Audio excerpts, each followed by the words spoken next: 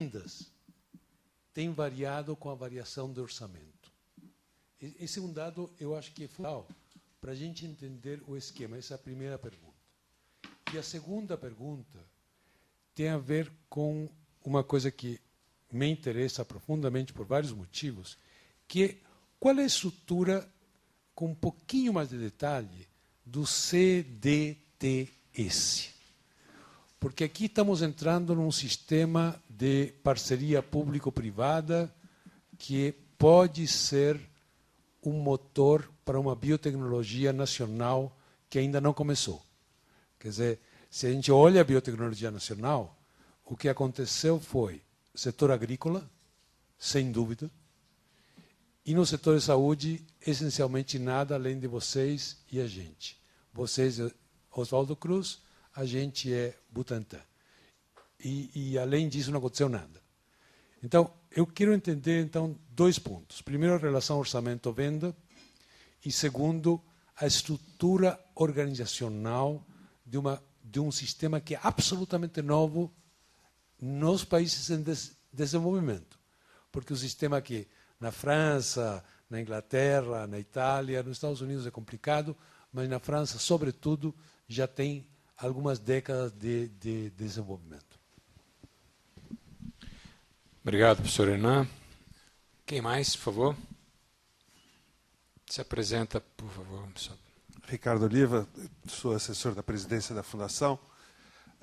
Cadêlia, eu vou perguntar uma coisa muito objetiva, mas, ao mesmo tempo, um pouco de crítica, que é, venceu, segunda-feira passada, uma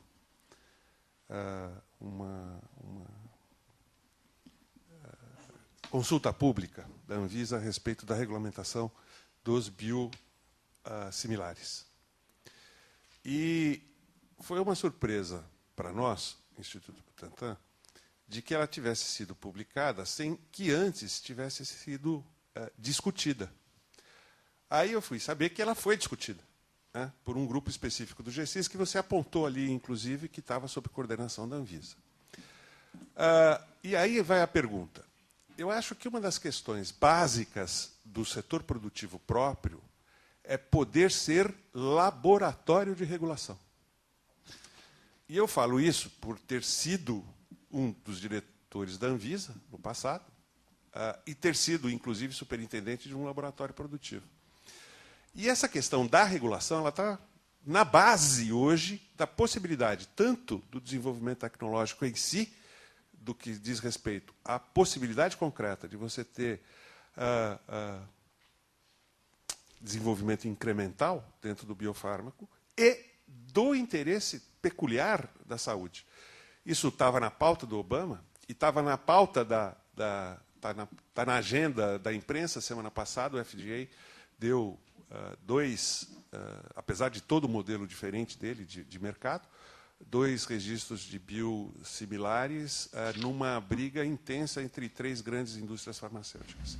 Então, como é que a gente pode pensar o laboratório produtor como instrumento de laboratório de regulação e por que a gente não está nessa? Obrigado, Ricardo.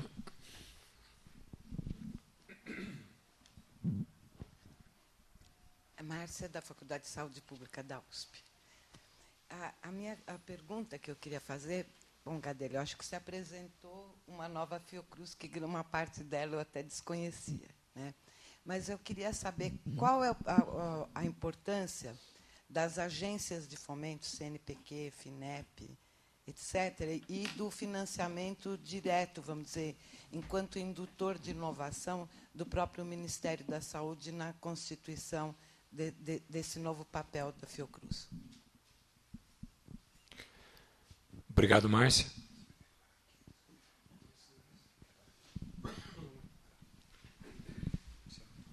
Anotei. Bom, de novo, sentirem a vontade para complementar, Celeste Cavalheiro. Né? O Hernan tinha colocado uma questão da relação orçamento-vendas. Né?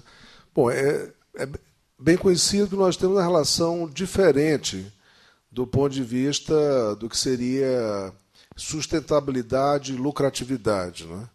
porque, na verdade, o nosso papel é central, e aí entra um pouco também na questão do Ricardo, primeiro, garantir a acessibilidade, né, dos produtos que são demandados pela saúde pública.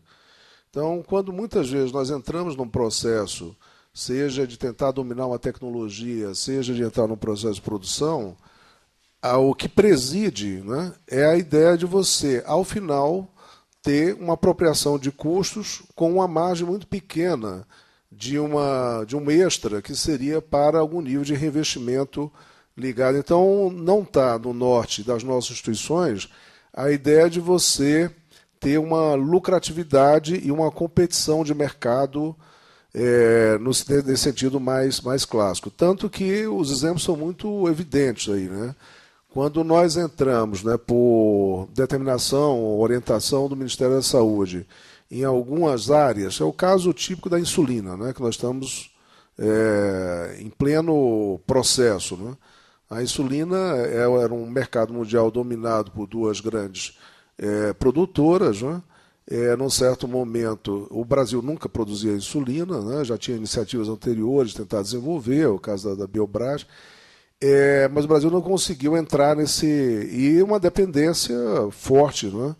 Quando se decidiu, então, através de uma negociação com a Ucrânia, porque eles dominavam o processo de fazer uma negociação para internalizar no Brasil o domínio e a produção de insulina, os custos da insulina nas licitações do Ministério por essas empresas que dominam o mercado mundial, ele caiu drasticamente, né? No verdadeiro situação de dumping. Até porque no contrato que nós temos com a Ucrânia especificava que o custo final para o Ministério deveria ser compatível com os custos colocados nos processos licitatórios.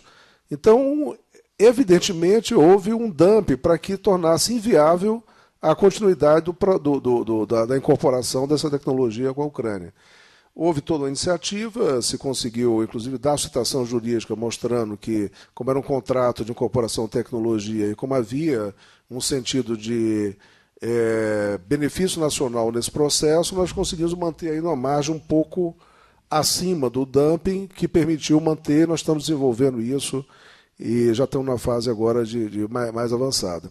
Então, a única área onde a gente trabalha no sentido, também é no campo internacional em alguns casos, o campo de febre amarela, onde a gente vende, mas aí através do sistema também, seja ao nível do fundo rotatório da OVA, seja alguns sistemas internacionais também de... Então, eu te diria o seguinte, o processo é um processo de garantir a sustentabilidade pela apropriação de custos. Por isso, o nosso orçamento é equilibrado com as vendas. Mas, ao mesmo tempo, quando eu estou chamando de venda, o grande comprador e praticamente o único comprador é o próprio Estado. Não é?